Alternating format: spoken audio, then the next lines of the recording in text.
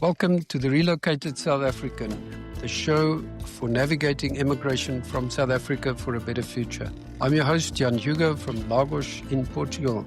Check out our website, relocatedSouthAfrican.com. It contains a whole lot of useful information and details of all episodes to date. If you want to interact with us or comment on our discussions or participate in an interview, contact me on jan@relocatedSouthAfrican.com. And if you like our content, why not subscribe on your favorite platform? So it's my great pleasure tonight to welcome Andy Rissik, the Group International Director of Sable International. Welcome, Andy. Hi, Jan. Thanks very much for reaching out and asking me to come and appear on your podcast. Yeah, very exciting. Awesome. Well, we both, we can tell the listeners that we're both in Portugal, so there is no juggling with time that I sometimes have when I talk to people in America and Australia and so on. But for the listeners who don't know Sable, their slogan is Global Mobility Solutions for International Citizens, and also internationalize yourself, your wealth, and your business. I think it sounds like an awesome business to be in.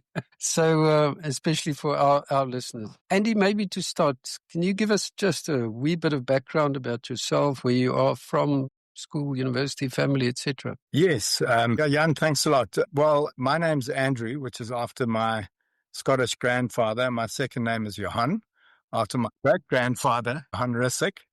Okay. After whom Johannesburg was named. You know, it's relevant in the South African audience. We're a passionate South African family. So I always tell people when I meet them internationally, I'm from South Africa. If they drill down, I always say Johannesburg because, you know, that is our home. I currently live between Portugal and South Africa. So when we're in South Africa for 4 or 5 months a year, we're in Cape Town, which is kind of where everyone wants to be these days, if they're in SA. But Portugal is our home now. And just a little bit about my history. I was junior school in Joburg, and then was in high school in KwaZulu-Natal. I did my national service in the South African Navy in the Western Cape. So the one province in the old South Africa I didn't spend any meaningful time on was the Free State. But I know South Africa well. It's like you, like all of us. It's in our blood forever. And then I had the fortune of getting a transfer with McCarthy Motor Holdings. I was a trainee manager with them when they were still part of the Anglo-American group, when the McCarthy family was still shareholders. So that was the motor industry, and I went and worked for them in the UK. And that was kind of where my opportunities opened up. But what I learned very young as a student when I went traveling is being on a South African passport was not fun. Even in those days, we could travel visa-free to the UK and Switzerland, etc. It was not a nice passport to have. I was with a friend of mine who I knew from Stellenbosch, a chap by the name of Craig Goos. Father was a train driver for Suid-Afrikaanse Spoorweë, and we made it our goal in 1988 by hook or by crook that we were going to come international citizens and we were going to get passports. Really, the opportunity for me came with a work permit in the UK, and I lived and worked there for 10 years and managed to get myself naturalized in the UK. My children obviously benefit from that. They were both born there. So what I'm just trying to say is that very early on, I realized that being international in the world that we live in is actually quite important. And the irony is that I've actually spent my whole life trying to help other people do it. So Sable International, that's basically what we do. Okay. That's amazing. Just obviously with the Rissik, is that where Rissik Street comes from, your family name? Yes. There's Johan Rissik Drive in Pretoria, and then the famous Rissik Street that runs through the heart of Joburg, which is not a very pretty street to drive down anymore. Not anymore, yeah. I used to work in the old Carlton Centre, so, many, many moons ago when it was still proper. But yeah, that's absolutely amazing. So great heritage. And as you say, we'll always be South African, no matter where we find ourselves. So I saw a stat the other day that they say about 900,000 South Africans have left the country since 2020. Obviously, some have returned. I've spoken to some that have returned. And if you think about in the process of helping people, what is the biggest misconception about leaving that you hear from people on the verge of emigrate? I think, look, you get different people, and I meet people, where they sort of exploring, possibilities. And there are many reasons that people look to leave. Some people are concerned about the future of their children, and some people may have experienced a terrible crime incident. I met a lady a couple of years ago who'd been shot in an attempted hijacking in Johannesburg, and it was very much a knee-jerk reaction, very emotional. So we see people in different sort of decision-making modes. And sadly, an international move, depending on the time of your life, is something that you really have to think hard about and plan. And I always sort of say, you've got to either be very young, very skilled, or very wealthy. And you've got to be healthy if you're going to be moving abroad. And, otherwise it really is questionable whether it's worth it or not. And we can drill down into a little bit more depth. Okay. Yeah, I was going to say, because in that process, with that knee-jerk reaction, and I think we'll talk about it, there's not one shoe fits all solution for everybody, but in that process of that knee-jerk reaction, you must have seen people who wanted to emigrate, but it was really a bad decision for them. Yeah, and we've met people. I mean, you always hear the stories of people who go to, you'll always hear a story of somebody who rushed off to New Zealand or Australia, and then 2-3 years later, one of the partners are desperately unhappy, and they'll end up coming home. Causes enormous amount of stress in families because the grass isn't always greener on the other side. And there's a massive capital cost. I think the one thing that people need to take into account, and the relevance being a South African, is we're coming from a very weak currency environment. The rand is very heavily undervalued just because of all the country risk. And, we are kind of classified as an emerging market. And, we're kind of seen as a third world country, although we ourselves may live in a pretty first world bubble. But our currency reflects a third world situation. To make a mistake when you're using rands going into a hard currency environment can be really destructive. So, as I say, if you're very wealthy, it might hurt, but if it's a formidable part of your wealth, making the move and then having to come back again, it can actually wipe you out. And we do see that, sadly. I think I had an interview with Paul Harris, and he left to Oz and came back from Australia. And he said immigration takes at least 5 years out of your life if you try and turn it around. It's a massive cost in every respect. So yeah, I agree with you. Do people always know where they want to go? I mean, because one of the services, you guys will get to that, is visa services. But you sometimes get to, as you say, people run off they can get into New Zealand quickly, but not so easy in Australia. So we'll take New Zealand, and then they end up desperately unhappy. But do you see people kind of know where they want to be? Yeah, I think a lot of people do. I mean, the UK is always going to be popular as a destination. That's where our head office is. That's where our business was seated back in 1994, because historically there's just such a long history between Britain and South Africa. And ironically, when we lived there, I was setting up a branch for my boss in the Netherlands. I had a lot of Afrikaans friends in the UK, and they've felt more at home in the UK than they did in the Netherlands, because culturally and business-wise, South Africa actually is very like the UK. But obviously, from a heritage point of view, the Dutch did have a big influence in South Africa. But in Europe is very socialist. Britain is more like SA. I mean, they are becoming more and more socialist as time goes on, but English-speaking language is a big thing because it forms the basis of the culture, the legal system, the familiarity, etc. There's a perception that New Zealand and Australia are very similar to South Africa because they're Southern Hemisphere and we all play rugby. But New Zealand and Australia are two totally different countries. They're both very different to South Africa. Again, if you can get in young enough and you're taking your family and your kids go to school, you start to integrate. And again, it all depends on the phase and the time of the life that you go.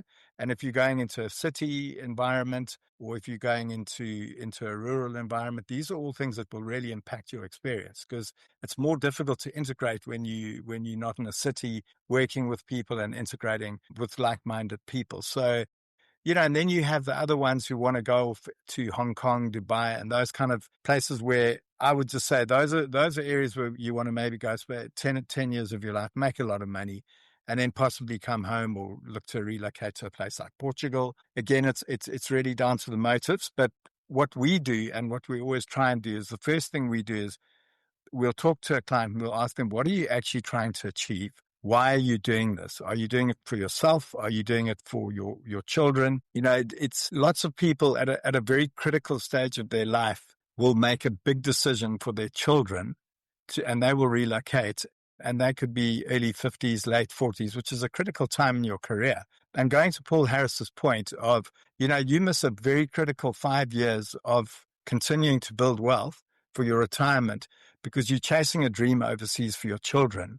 And if it doesn't work out, your kids might actually end up being brought up in Portugal or in Australia, but they may actually immigrate. They might marry somebody and move to a different country. And then, you're sitting there. So it's very important for us to understand what they're doing it for, even if they come with a preconceived idea of where they want to go.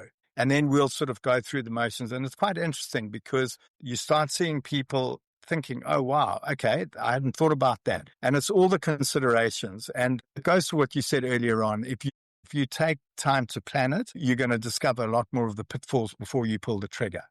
So I always say just take as long to plan it as possible. Yeah. And I mean, just a thought that came up in my mind now. So within a family situation, we can all agree that we want to leave and we gung-ho to go, but we haven't really, because it seems like when people decide they're going, they just want to get on that plane. And, maybe talking to you guys, a consultant who's going to sit back and say, let's get an independent view. Let me just advise you what can happen if you make the wrong call, because it is such a critical call. That's just my impression. It is one of the biggest decisions you can make in your life. Yeah, no, it is. I mean, not only are you, they say moving house is like a big trauma, but, you're moving house, you're putting a border between yourself and your home, actually, and where you're from. So there is all the other trauma. And we chatted about it the other day. People don't really understand the impact of leaving their community. And it's quite fun when you land in a place like Portugal, because actually there's a big expat community here, and you'll know down where you are what I'm talking about. We're all highly motivated to meet people. They're fantastic groups. You can go and mountain bike, you can go and sail, you can do all that stuff. We're going to meet like-minded people, but something's always missing. You're not at home. So if you're a social person and you're proactive, it's easier. If you're not, it's actually more difficult. The other considerations I said earlier is your health and your age. In Portugal, it's all good and well when things are going well here. But, if you're in a crisis and you're out in a far-lying area and you need to go and see a doctor or you have an emergency, trying to communicate the nuances that you would to a normal doctor at home in a medical system you don't understand is actually very stressful. And, as you get older, these sort of health issues become a reality. So people think we're going to go to Europe because it's got a good health system. But actually, you've got to think really hard about what does it mean and where do you want to be? It's just, and this is stuff that people like you and I learn the hard way, and we pay the school fees. So it's always good to consult, not to put you off doing it, or it's just understand what you're getting yourself into. Yeah. Just anecdotally on the medical side, I spoke to a lady in Canada a while ago. After 23 years, she went back because she's got an autistic son. And she said she couldn't get the care in Canada. We all have this impression they've got this great medical system. And she's gone back to South Africa, a single mom with an autistic child, to get better care. The same, the guy I interviewed, that episode that went out on Monday, he's heading back from the UK after 20 years. Same story, kid with special needs. The system just doesn't help him. And he talked a lot about this community thing where, when you really have need, your own community is very important. No, and that's something that's very close to my heart. We have a daughter who's 25. She and my wife are actually flying back to South Africa tomorrow. We'll come back probably in March, April next year. But, we've explored the UK. Both my kids were born there. We've obviously, she loves Portugal because she's got an independence here. She can walk to work and all that sort of thing. But in the end, the pull is always back to SA, because it's about friends, it's about family, it's about people who understand you. And these northern countries have got good systems, but you've got to fit in. Yeah, it's like, why are you making the decision? And we heard another horror story about somebody we know quite well who went off to Ireland to, because they had a a severely cerebral palsy child. And actually what happened is the husband couldn't get a job, and it was a total wealth decimation. And they literally can't even afford to go back to SA now. And so, again, my message to anybody who's making that move is don't believe the systems. Climb on a plane, go over, thoroughly research it, and understand what there is for your child, because there are definitely solutions offshore. But don't jump on a plane and go and think it's just going to work out. Go and do your research, go and spend 50,000 Rand, jump on a plane, go and spend a month in the UK and do whatever you've got to do, because there are good solutions, but you've got to understand whether they're accessible or not. And, if you, depending on, how you go there, you may have to pay, and then you're paying in pounds, and you're funding it maybe from a Rand base. And again, it's like, is South Africa that bad? Maybe not, No, that's very true. And, talking about, we know about Portugal, but if you need state health, it's not that great unless you're dying. They'll look after you if you're half dead. But Yes. if you need basic services, you've got to have private health. Yeah, and that's costly. It's very costly. It's the same in the UK. The NHS, the Brits complain about it, but for South Africans, where we don't have a public health system of any great sort of shape. But, the NHS is great if you're in a car crash, or you pass out somewhere in a shopping center and you having a fit, they'll pick you up in an ambulance and they'll deal with you, and it's fantastic. But again, if you need a hip replacement, you might be waiting 3, 4, 5 years. So again, you do need the private. And I think as South Africans who can afford to immigrate and travel the world and stuff, we're used to a very, very high standard of medical health care. And actually, it's quite affordable. No, very much so. I had to have full eye test this afternoon, and you look at the equipment and everything, and you walk out of there with private health. Didn't cost me one penny, and Yes. seeing specialists and everything. But as you say, it's like being on Discovery, Yeah. basically the same story. And if we can maybe delve into a little bit more of the matters that you guys deal with and your consultants deal with. I've listed some. Obviously, tax is becoming a big issue every day. When you open South African press, you read that Kieswetter is after the people who work overseas and live overseas. Advice on ceasing tax residency. When should you start doing that? Any thoughts on that one? Yeah, I think, look, I think maybe let me explain just sort of from a broad bubble perspective. Sable, we're an international group. We're sort of multi-service and multi-jurisdictional. So in our sort of core services sit within immigration. Then we've got financial services, and then we have education. And our education is within each of those bubbles. There's a lot of complexity, and it'll depend on who our target market is and where the destination is, where those clients will be going. But just going back to the question on tax, the areas where we've got a very strong tax capability in-house is South Africa, UK, Europe, particularly Portugal, because we've got loads of people who've moved here to retire, and a lot of people who came in here on the non-habitual tax thing, which is obviously no longer. And then more and more now we're building a strong US capability, because, just because of our presence in Portugal, we are picking up US and obviously lots of UK clients moving here for lifestyle and all the reasons that they're being pushed out of their countries. It's quite funny to see British and American people 10 years ago. Nobody would have ever thought you'd see an American looking for a plan B. At the end of the day, tax is a big issue. Yes, SARS are, like all governments globally, very hungry for tax revenue because they're all spending more than they're earning. I think I do bump into a lot of South Africans internationally who sort of say that they're still tax resident in South Africa, but they're living abroad. It is not your choice to make. If you leave South Africa and you go and live abroad, you trigger that tax event, whether you like it or not.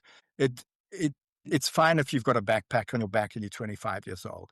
It really doesn't matter. Or even if you're 55 and you don't have a lot of wealth, the SARS aren't going to take an interest in you. It's always people who've got a lot of assets and investments. Just understand the playing field, and it's always good to take advice. It's not expensive. Honestly, we had a very nice South African woman got hold of me through my sister in London about 8 months ago, and we've just helped her settle her bill with HMRC in the UK. And she had been unknowingly living in the UK for many, many years, drawing a South African pension, which she was happily paying tax on in SA, but the British government turned around and said, hey ho, with all the information sharing now, and unfortunately, ignorance is not an excuse. And her penalty was £60,000. And then there was obviously all the, the actual tax payment and the interest, etc. Again, just somebody who was just totally, not a bad bone in her body, just never ever even realized what she had to do. So there are people who are totally ignorant, and there are people who I think probably do know that they should do something, and maybe they're just sort of keeping quiet. But if you've got wealth and you are earning money overseas as a South African, I would just make sure that your ducks are in a row.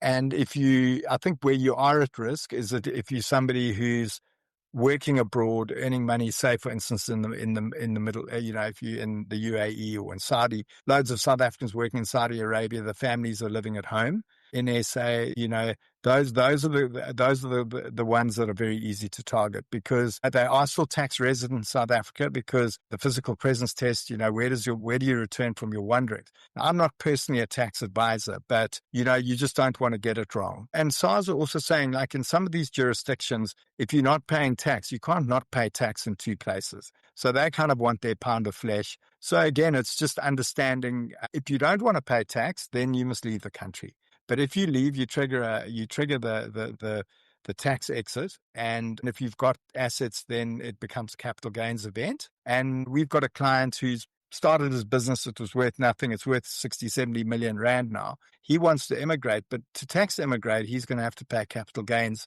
tax on his business. Now, the problem is he doesn't want to sell his business, and it's not a progressive tax. SARS want their pound of flesh before you leave. So, Okay. If you don't have the cash to pay the tax, you're going to have to liquidate something. He actually basically can't afford to tax immigrate. So he's made peace with it, and he's happily living in South Africa making money. So again, it's not one size fits all. And it again goes down to, what are you looking to achieve? And I often say to people, where do you want to die? When you retire and you hang up your boots, are you going to be overseas or are you going to be in SA? Because these are all things you've got to think about in your planning. Because a lot of us will only go over for a 10-year stint or 15 years. I mean, I'm not sure where I want to get buried, but I don't know if it's in Portugal. Yeah, who knows? Hopefully I don't have to worry about that one day. Someone else's problem. But yeah, it is quite a, in that respect, I always say, when you go and you immigrate like we did, we haven't been back to South Africa for 5 years. So we've kind of said, okay, we're done. Yeah. This is where we are now. And we've tried France and we tried other places. But yeah, these are big decisions. That's why it's, the sense I'm getting is just get advice long before you actually get on that plane. Make sure Yeah, really. And I was actually with one of my wealth advisors here yesterday chatting to a client. And one of the things that we see, they all see, is people who've started planning once they've already made the move. And the problem is that you've triggered tax events that you weren't even aware of. So we have our foreign exchange business, which, we move probably a couple of billion rand a year out of South Africa through our South African Forex business. Most of it's private investment capital. We do quite a lot of corporate Forex, but we always say to the clients, what are you doing with your funds when they go abroad? Because that business just operates, and not necessarily one of our wealth clients who's moving the money. Have you taken advice? Because if you're going to go and dump 2 million or 5 million rand in the UK every year, or you're taking out your 10 million, are you sure that that when it lands there, that it's being structured correctly? Again, I would say the minute you put a border between yourself and either your wealth or your business or your family, there's complexity, and just understand it. And it's not really that difficult, but, to go and have a consultation for a couple of thousand rand, convert that into dollars or euros is really, it's peanuts in the grand scheme of things, just to know what you need to be looking out for. Absolutely. And I think in that same respect, we talk about a lot of people that go cash in pensions, for instance, before they retire.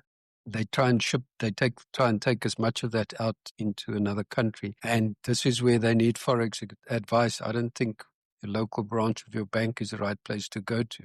Might be cheaper, but in the end, it's going to be more expensive. So again, when you move money, get proper advice. Definitely. Yeah. Because it's just key timing to ask the questions. and if you don't ask the questions at the right time, you often don't have the answer. Exactly. And when it comes to visas and immigration, you said that you also deal with immigration and more so into the US. All kinds of businesses emigrate to US now. What's the name? Kirsten's um, business Yes. where they are advising people with visas. But that's obviously part of your business as well, too. Yeah. So our absolute sort of DNA is, first and foremost, we're a South African company. All the shareholders, everybody. I mean, we do have quite a few foreign people who work for us, but we are fundamentally a South African business. And yeah, it started off when South Africa became part of the Commonwealth in 1994, and then suddenly we were availed of the working holiday visa. And if you remember that, when under the age of 27, you could go and work for 2 years in the UK. And that kind of fueled an incredible sort of rush of South African young professionals into the UK. So that's kind of where our headquarters sit. We have a very strong capability in British nationality. So that's anybody around the world who's got a birthright to being British. You don't necessarily have to be at face value a Brit. We had a fantastic incident in Pretoria. I think it was back in about 2013, 14, where a guy came to one of our British nationality seminars, and he actually looked like Eugene Terreblanche's brother. I mean, he could have been. He had khakis on. He looked exactly the same. I actually expected to find a horse tied up in the car park outside. During the Q&A, he actually started asking some questions of my partner, Philip Gamble, who's a world authority on nationality. He used to work for the British Home Office. And this some relative of his was born in the Transvaal when it was a British protectorate for a period of 4 years. And that date range and that gap, and that it was either his father or his grandfather, I can't remember. Philip at the end said, "You've got a claim, you're British." And 6 months later, the guy got a British passport. Wow. The next night we were in Cape Town and somebody walked in with a highfalutin double-barrel British surname and gave her history. And no, you one generation too far, and she even spoke with a British accent like they do in Cape Town. So, yeah. It's fascinating, but on that's an element of what we do. We've got the visa and immigration business, which is people who've got maybe a spouse with a British passport. We do a lot of spousal visas for British citizen spouses wanting to go live in the UK. Work permits.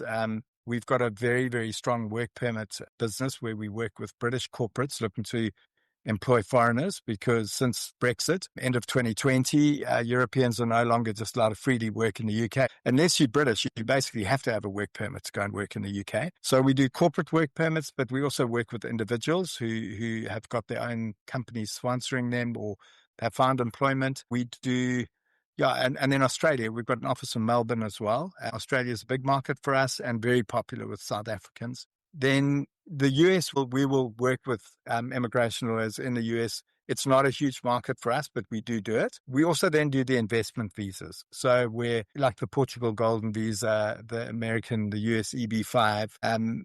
There are lots of different solutions where one can invest and get either a residency or a second citizenship. Very complex, as you know. It's very well reported in the media globally.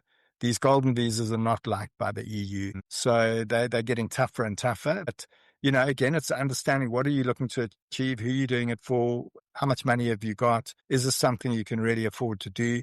500,000 euros tied up for minimum 15 years, I can tell you.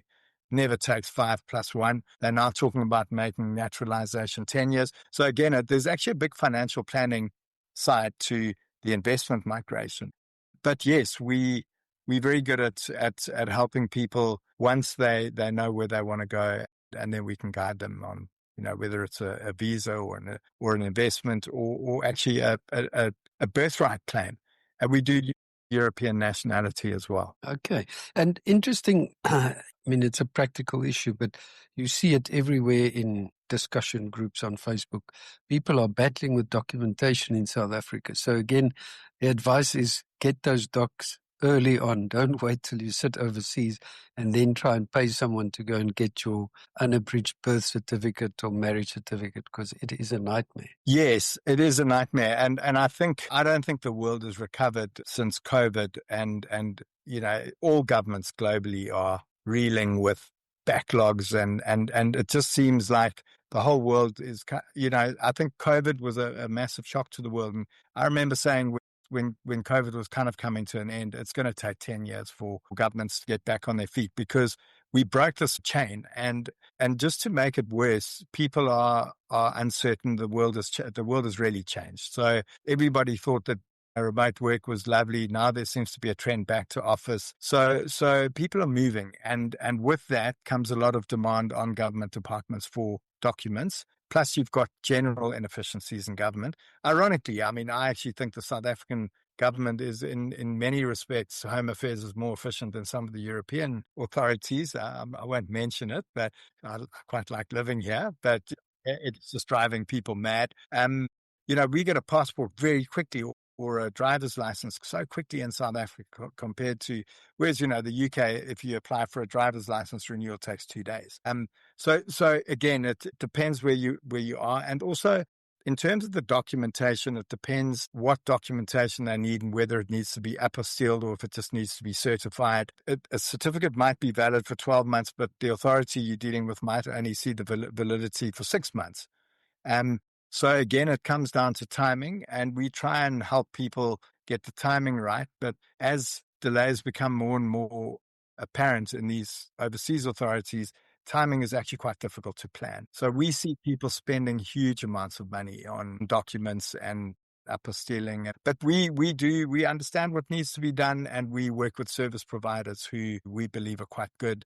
And if they're not, then we'll either try and get them to sort their service out, or we'll identify somebody else. But yeah, we work with a lot of documentation companies. Yeah, I think my experience, having tried it in France and Monaco and Portugal, is you massively underestimate the pain of red tape. It doesn't matter how much money you have, red tape will always find you. Yeah. Yeah, and the worst thing is that as much as we'd like to do as much work as possible for our clients, there are just certain things that you have to do yourself. Where we'll add value is giving you the guidance on where to go and get it done and the timing. And we do that to the best of our ability. But yeah, it is, and it's frustrating, especially for wealthy people, because generally they like to pay and everything just gets sorted. And when it comes to dealing with governments, it's like they don't really care how wealthy you are. That's my friend. No, that's very true. And just a few practical matters. Obviously, when you leave, there's a lot of stuff to do, selling your house and so forth. But just on the other side, securing accommodation, and, from a guy who's got to rent something or buy something. But that is a big, big issue. And again, the financial planning and finding the right place and knowing what you're looking for and what's the art of the possible. I sometimes think people underestimate. It gets back to the rand. Cashed in your pension, now you want to go and get something in London, and you can get absolutely nothing for it. Yeah, and I think that everywhere there seems to be a shortage of decent accommodation. And again, South Africans are spoiled when you look at what we, in global terms, the lifestyle that we live in, the type of accommodation we used to replicate that in Europe is very difficult. And one of the things that I always say to people, when you move to Europe or the UK, you just have to understand, if you want to replicate your life, you're going to spend probably 6-7 times the amount on a property to get like for like. And it might even be more. But you've got to understand that your house is where you go and sleep. You go and entertain and do it in a pub in England, or you maybe a coffee shop in Portugal. But if you want to have a big mansion and a villa like you had in Bishop's Court, that's fine, but you're going to pay for it.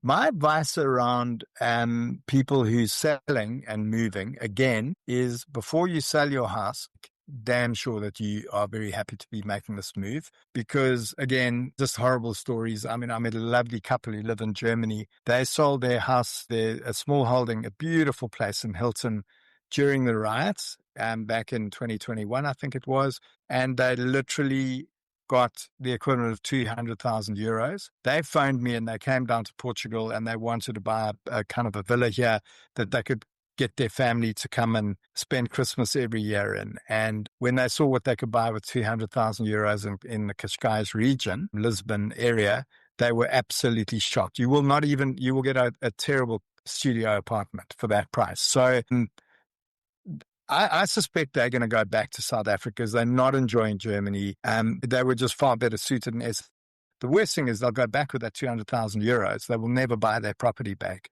because those prices have come back. So that, again, it goes back to that. Are you sure? Have you gone and done your research? So that's just sort of addressing that. Coming overseas, I would say that if you can afford to, is get somebody to help you go and find there are concierge services. We actually starting to offer it in the UK now because we're also seeing a lot of Americans moving to the UK. The Americans are clever people and they are very happy to pay for professional advice and they like to work with somebody they trust. South Africans, we tend to try and do everything on the cheap and we try and do it ourselves. That's fine, but then I would still say before you go and start doing stuff yourself, just do the planning properly. To rent a place in London now, my son's 27, he's renting a bedroom in Putney and, all in, it's about £1,200 a month. That is a lot of money. It's a lot of runs. Yeah. Luckily, he doesn't have a lot of expenses and they drink, I think as spare cash, they buy beers and things. It is actually really scary what it costs. You've got, and then you must understand what you got to earn because you got to pay tax. What does this all look like? Now you got to send your kids to school. That all, again, just, what do you need? What do you need? That's the other question. Hey, I spoke to a couple in Holland the other day. He's 48. Great job with one of the big electronics companies. An engineer took their kids over, sort of teenager level, and they were working with some immigration consultants, but they never got the true story. These kids had to go back a year. They had to go and learn Dutch before they could get into the school system. He can't afford to go back because he's got a good job. So the wife's now going back to South Africa with the kids, and he's going to commute, which is a terrible solution. But yeah. So horrible. that you mentioned education. Is that schooling and helping people with advice on that? So during COVID, we acquired a business. It's called Sable Study Abroad. And that business, essentially what we do is we find university placements for children to go and study abroad. So it's tertiary education, could be undergrad or postgrad, again, depending. It's actually a great way for a youngster to actually get a break overseas, because if you go and study there and you meet people, it's just a funny thing. If you're in country, opportunities arise and you can take them. So it's a good way if a family doesn't want to up sticks and relocate for their kids, and you give your kid that exposure. But what we'll do is we'll sit down, we'll understand, what matric the kid's doing. Again, it's a consultative approach. What does he or she want to study? Because there are restrictions in SA, and very difficult to go and study, veterinary or medicine, if you're certain demographics, if that's your passion, what are your opportunities overseas? And then we also have an interesting education business in the UK, but this was really born on the back of our business immigration business. Is we help probably 60% of the British private schools with all the visas for their foreign students, because foreign students are a very big part of the British education business plan. And that's also becoming so difficult now. Yeah, education, we see people spend a fortune educating their children. And yeah, again, you want to be making the right decision, because the pathway to get, if you're coming from a foreign country, like you're talking about that chap in the Netherlands, if you get the wrong advice and your kid gets there, then they can't get going. So yeah, again, just come and chat to us. We've got really good knowledge of what what a kid needs depending on what pathway they're taking. Awesome. And you just, we've spoken about some of the practical things, but just from an emotional side, there's a huge culture shock in moving away from what's familiar to you.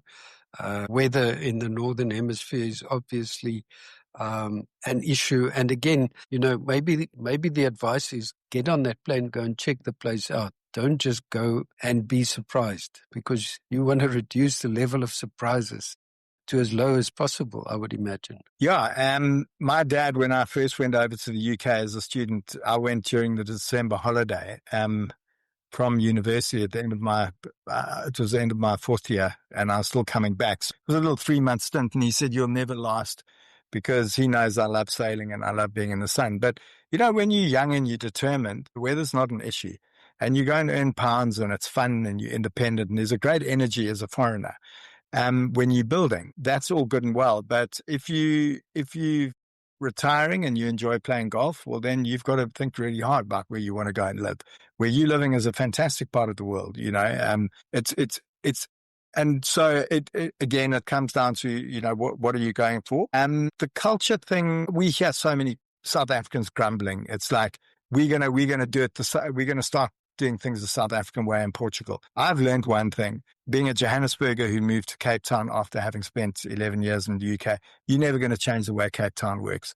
Cape Town's Cape Town. You either adapt or you die. And it's the same thing. If you're coming to Portugal or you go to London, you just go and fit in. You're never going to change it. And the sooner you actually accept that, the happier you will be, because you're in a foreign country, and embrace. And I've always really made it as much of my mission to mix with locals. It's quite difficult in a place like Portugal because they're very family orientated, so they don't invite strangers into the home.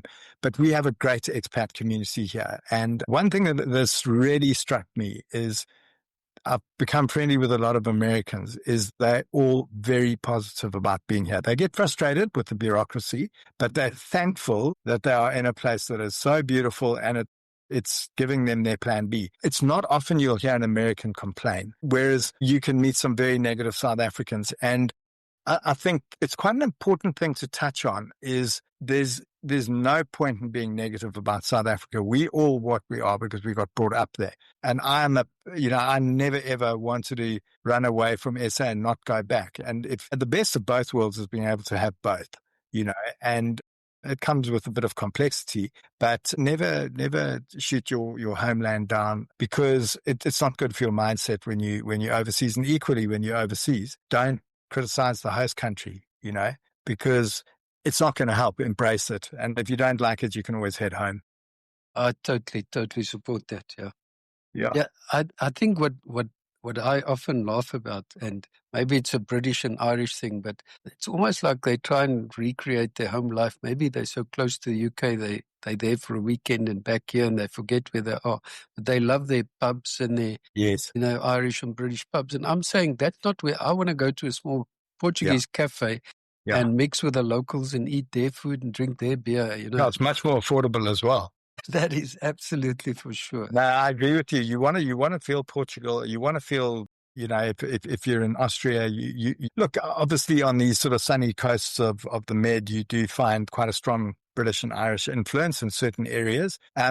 Listen, Irish pubs are a good thing for us as Springbok rugby supporters, because, so talking about your social cohesion, we've been involved, I think, in 3 or 4 South African rugby legend tours to Portugal, 2016, 2018, 23. That's right, 25. yeah. And one of the things that I said to the guys when we were at the golf day on this recent one in June is, don't underestimate what an unbelievable impact and influence that you have on South Africans abroad. Because I can tell you that I watched that World Cup final in 1985 in a pub in Oosterbeek in the Netherlands, and at the Oosterbeek Rugby Club. Thank God I found a rugby club. But I walked in there, and actually they were quite hostile in 1995. They were very pro-New Zealand. And I had a new South African flag, and I said to them, look, if you guys support us and we win, I'll actually donate this flag. It's a new South African flag. Anyway, by the end of it, we were all drinking beer, and we thank heavens we won. That flag is still hanging there. So there's great community. We have it here in Cascais, and I know down in Pride Luge, there's quite a nice little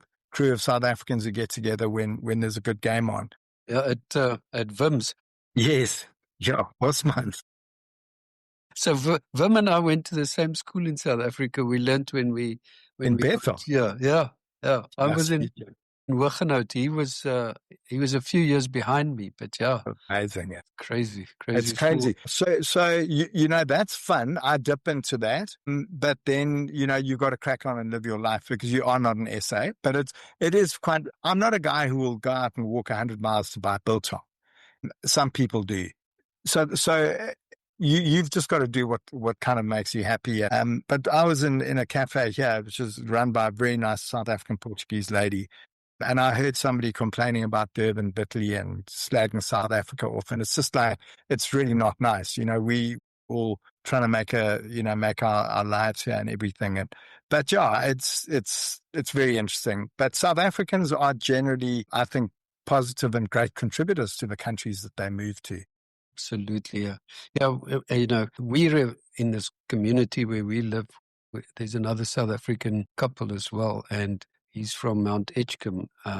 And our sense of humor is just so completely different. These other expats, they can't relate to what we laugh about. But I think that's the one thing that makes us so unique, is that I think it's our survival mechanism. I agree with you. I think you're right. And just on before we end, I mean, one of the things that has come up in a lot of discussions lately is people that stay behind and caring for people who stay behind. It just seems to me like, it's something that we forget. I spoke to a psychologist the other day who's got a practice specializing in parents who stay behind. So often we plan for immigration and we got this focus on, we want to just get out and start a new life, but there's people behind. I mean, that's something, I don't know how you plan for it. I spoke to a lady in Australia on Sunday who's written a book about, Caregiver's Guide, Overseas Caregiver's Guide. So she was caring for her parents in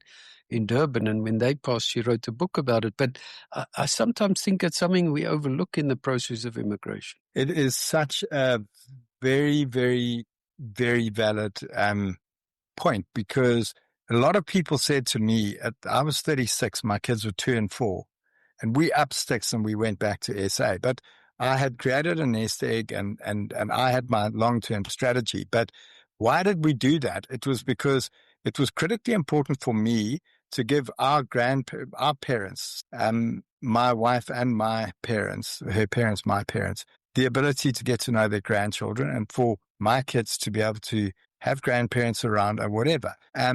That pull factor is very, very strong when your kids are around 2 and 4. And you either make the decision then, you're going to keep them in like the UK school system or wherever you are in the US or Australia. Once they go to school in a foreign country, then you are there. That because they become Australian or British or whatever. So that's quite a key decision making time, and we see it. Quite a lot of our staff who were working for us in London have moved back to South Africa. The kids very similar age, same calling. I also see that, in fact, a lady, one of our clients here, she flew back to Cape Town last night because her mother's 90-something. She's 64. And it's just, she just knows her time is very, very short. And her mother's terribly stressed, lost the son during COVID, who lived in America, and the daughter's now moved from America to Portugal. And so it's a much easier trip north-south, but it's traumatic. It's very traumatic. And particularly it's even worse if people are financially not well off, because a lot of elderly people are suffering in SA, and people don't realize it in their kids. I met a lady flying back to see her parents when I lived in England years ago, and she hadn't been back to South Africa for about 8 years. She hadn't seen her family. Now, we can just hop on a plane, and if you have to, but not everyone can. And that really is something, again, to consider, because you only live once. And I think it was Steve Jobs or somebody said, when you're lying on your deathbed, in the end, what is really important? And it actually comes down to your family, and so we run this journey, and we all trying to make money, and we got to educate our kids, and we just go crazy, and we charging down, and we're on this hamster wheel. But in the end, when you're heading downhill, I think it gets back to basics. So it's a big consideration. Awesome. Well, maybe last thought. If somebody had to approach you today and he's saying, I don't know where I'm going, but I want to get out of whatever country, what would your advice be? My advice would be engage with somebody who is trusted and who's also got broad knowledge of what you're trying to achieve, because there's loads of people who will try and sell you a dream, and then when you find out that they didn't, they might just not have done the right questioning, or B, they're just trying to sell you something. And we see a lot of that. And also people giving advice where they don't understand the advice that you need on the other side. And that's why we've kind of built that very complicated matrix of having all the knowledge in-house. But I would just say engage with a trusted partner, because it doesn't cost you anything in the beginning. It only starts costing you when you execute. The planning is not expensive, but if you start your own business, it's always a lot harder than you think. And it's that energy and belief that actually drives you to go and do it. And you always look back and think, oh my word, that was a lot harder than I thought. And I think that's kind of how humans operate. But there's so much knowledge that we can share in these type of decisions. Let somebody else help you. Pay a little bit of money, because the school fees you're going to pay if you don't are going to be like 100-fold what your initial investigations will cost. Absolutely. And Andy, what's the best way for somebody to contact Sable? On your website? Yeah, sableinternational.com. And yeah, we're all on LinkedIn and everywhere, but yeah, www.sableinternational.com. And you'll see all the different services and things. But, they can Google me. I'd be very happy. I mean, I'm very active in talking to people. I'm actually a bit more like a traffic controller now. I talk to people and then I say, okay, you need to be talking to Neil about tax, or you need to talk to Claudia or whatever. But yeah, very happy for them to get hold of me. Awesome.